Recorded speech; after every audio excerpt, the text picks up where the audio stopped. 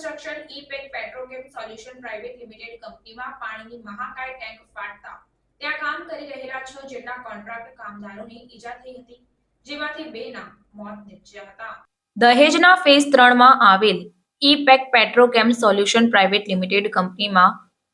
2.5 લાખ લીટરની 4 લેયરની પાણીની ટાંકી ભરવામાં આવી હતી, જેની પાસે ફાયર સિસ્ટમના ઇન્સ્ટોલેશન અંતર્ગત પંપ, પાઇપ વગેરેનું કામ ચાલી રહ્યું હતું. તે દરમિયાન અચાનક આ મહાકાય ટાંકી નીચેના ભાગેથી બ્લાસ્ટ થઈ જતા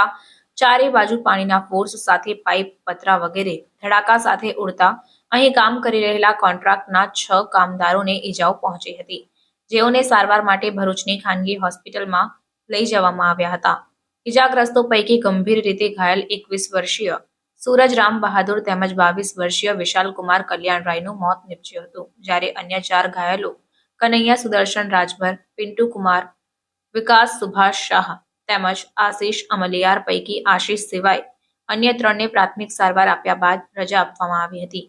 ઘટનાની જાણ થતાં industrial safety and health department તેમજ દહેજ પોલીસે બનાવ સંદર્ભે તપાસ હાથ ધરીને કાયદેસરની કાર્યવાહી કરી હતી.